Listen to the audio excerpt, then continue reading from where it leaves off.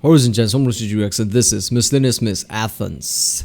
Yeah, first I saw this notification pop up. This is the latest video, like Athens. I'm like, oh, look at that, another history video. Oh no, it's the Miscellaneous Miss. Entire Athens? Okay.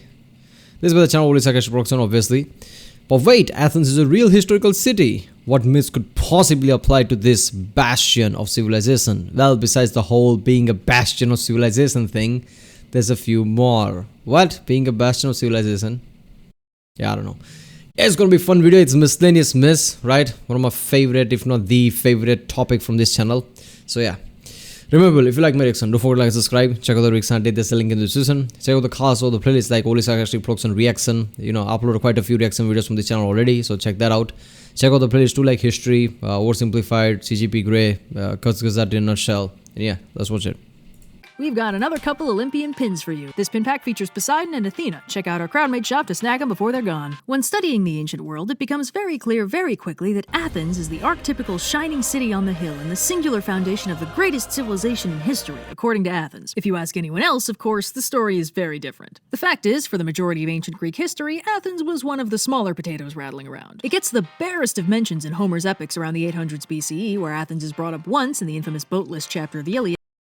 And they that held the strong city of Athens, the people of great Ericthonius, who was born of the soil itself but Jove's daughter Minerva, fostered him and established him at Athens in her own rich sanctuary. There year by year the Athenian youths worship him with sacrifices of bulls and rams. These are commanded by Menestheus, son of Patius. No man living could equal him in the marshalling of chariots and foot soldiers. Nestor could alone rival him, for he was older. With him there came 50 ships. Oh, okay. And its sole representative hero, Theseus, isn't even mentioned and didn't really start getting any major press till the Romans rolled up around the turn of the millennium. Athens only scraped together the barest possible claim to fame in 490 BCE when they won the Battle of Marathon and spent the next few decades gradually building up momentum before taking their place center stage starting in the mid-400s. After that, the first priority appeared to be making up for lost time, and Athens was pretty quick to start constructing narratives where they were actually always the coolest kids on the block and everybody knew it all along. We've touched on this in some earlier videos, like how in the mid-300s BCE, Plato spent the bulk of his dialogues Timaeus and Critias talking about how the ancient empire of Atlantis was single-handedly defeated thousands of years prior by the totally real ancient Athenians by virtue of how totally rad and Athenian and real they were. But oh yeah, I remember that. Yeah, that is right. Athenians used to, you know, basically mention the ancient time of Athens where Athens was really badass and things like that. Plato was far from the only one, and the most illustrative example of this retroactive spotlight hogging is probably Athens' official founding myth. Now, before we talk about the government-issued founding myth written after Athens became actually important, let's briefly touch on what the Athenian founding myth looked like before Athens hit it big. Don't worry, it's short. In the Iliad's boat chapter, Athens is referred to as a well-built citadel and the land of great-hearted Ericthonius. Now, that's all we get about Athens at this point, but Ericthonius, sometimes also called Ericthonius, the culture hero / first king of Athens, is a fairly interesting figure who has a little more detail. For one thing, born from Gaia, right? Gaia being the earth, right? Two main gods or something of early time. Gaia being the earth, while Uranus being the sky. Gaia borns monsters first, doesn't she? I mean, all the monsters, right? In a previous myths, I reacted to. You know, Gaia always, whenever Gaia borns something, it's usually a monster. Then, you know, some hero has to kill the monster or something. He's autochthonous, meaning born from the earth. Essentially, he's one of Gaia's direct offspring. Gaia is mostly known for giving birth to monsters, and Ericthonius isn't entirely an exception. He's frequently described as having serpentine or draconic features, in some versions having warped or snake-like legs that make him difficult for him to walk. But he's also not just Gaia's kid. The actual story of his birth is, well, frankly, pretty gross. Basically, according to Pseudo-Apollodorus' Bibliotheca, Athena decides she wants some new weapons, so she goes to commission Hephaestus for some, but instead of just taking the commission, Hephaestus is struck by her beauty and tries to assault her. This obviously doesn't work out so hot for him, given that she's a war goddess and his legs don't even work, but as a result of certain icky parts of the process, Ericthonius is conceived by Hephaestus and born from the earth itself, and Gaia hands off the baby to Athena. Sources vary on how Ericthonius' childhood— Okay, how does that process work though? What? Did he fuck the earth? I don't know. Went, but TLDR, he ends up as the king of Athens, erects a statue of Athena in the Acropolis, founds the Pan-Hellenic Games, and, most interestingly I think, invents the chariot to help compensate for his own limited mobility. It's not really surprising that Ericthonius is the offspring of Hephaestus. Being a disabled inventor is pretty on brand. This myth is also interesting because sometimes Athena was credited as the first charioteer when she was referred to with the epithet hippia, meaning of horses. A lot of modern pop culture Greek mythology says that she and Poseidon invented the chariot together, but unfortunately that apparently isn't sourced anywhere. Athena as first charioteer is corroborated with the epithet, but if there was ever a more detailed myth about this, it unfortunately doesn't seem to have survived beyond a single anecdotal epithet. So that's pretty neat, but it's not really about Athens, is it? It's just about this cool king of Athens. And that's about the coolest story Athens had to offer until, bam, it's the turn of the 5th century BCE and Athens just invented democracy and kicked some Persian ass. Now they're a big deal and it's time everyone started acting like it. So Athens has its glow up and becomes important, and fun fact, one of the first things they did around this time was make the official statement that all Athenians were autochthonous just like Ericthonius. Not to say that they all individually sprouted out of the ground just like that, but that their ancestors did. The Athenians didn't settle Athens, they were born from it. Molded by it. They didn't see anything that wasn't Athens until they were already a man, and by then it was nothing to them but nowhere near as cool as Athens. So yeah, autochthonous pride was not what I was expecting to find researching this, but it's still pretty dang nifty. God, I didn't piece that together while reacting to all the mythology and even history videos, but Athenians were full of them. Is that right? Oh, look at that! Look at this shit. I mean, that kind of makes sense, right? Why Athens and Sparta went to war. Sparta being all these militarized type of serious people. Athens like, yeah, you see that shit? We were always there. We were molded by this. Look at our city. Look at everything. Look at how great we are. Hey, Sparta, check this out. Sparta's like, I fucking hate those Athenians.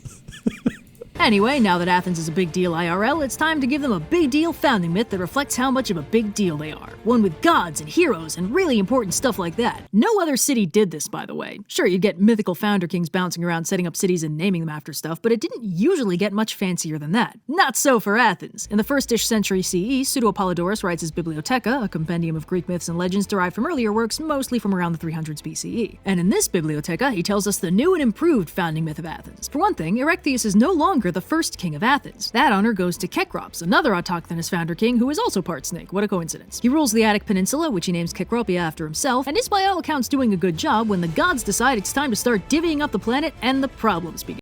Yeah, so when in doubt, always assume snakes, I guess, right? Because it doesn't matter where mythology is from, snake is the easiest bet, right?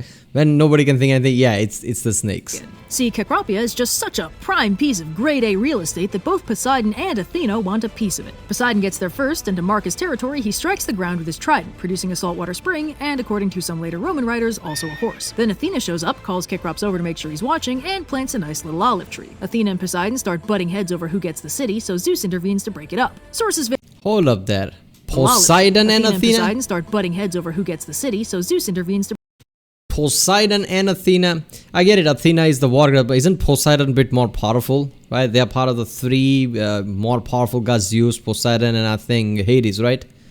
Those are the trinity in basically Greek mythology, right? So Poseidon, and you know, I've read so many videos from this channel already. I think I remember from one of the videos when she went really in the past, you know, trying to find details about things, and didn't she just found out that even Zeus is kind of a new thing, right? In really old texts, Poseidon was considered the main god.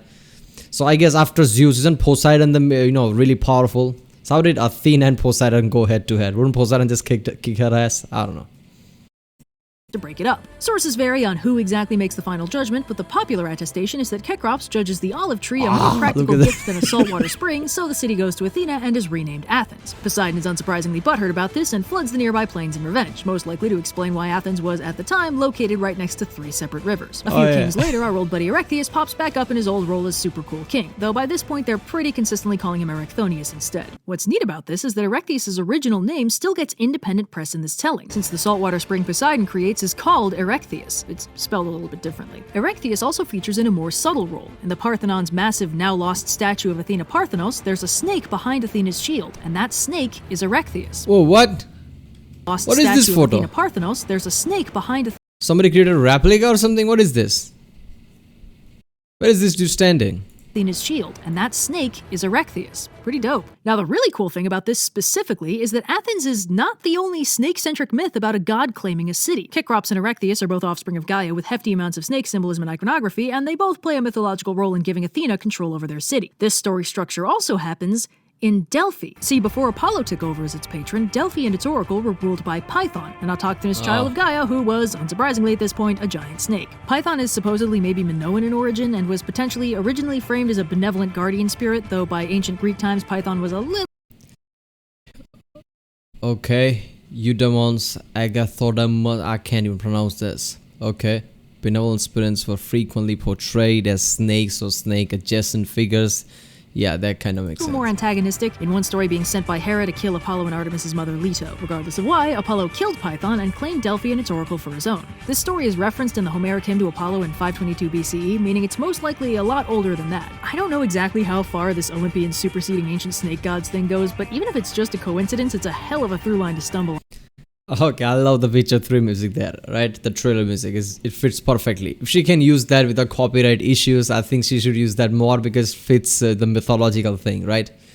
And as far as, Gaia's children, right? So, I mean, Gaia being Gaia and Uranus being the main gods, the very early gods, right? After that came the Titans, and from there, I guess all the Olympians and things. So it would make sense that Olympians basically, take out this Gaia's children, the monsters, and then took over things from there. I guess it would make sense.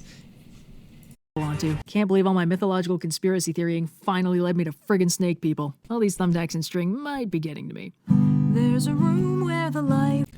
Self-insert fanfiction gets a bad rap for being self-indulgent and disregarding established canon to glorify the author.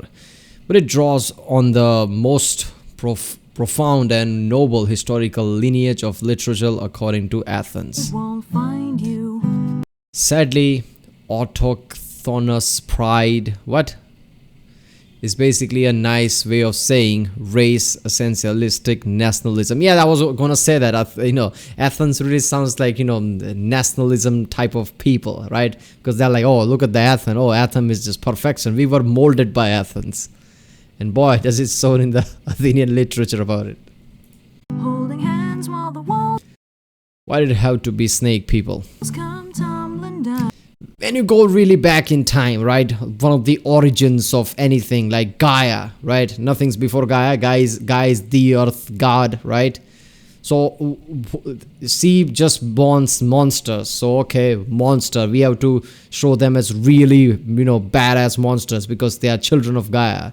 So I guess giant snakes, because that's where everyone every time goes. Doesn't matter which mythology, which country, it's always snakes. Whether it's Egyptian or anything, it's always snakes. Go to the ancient Americas, it's snakes. Right, people, that was Miscellaneous Miss Athens. It was awesome.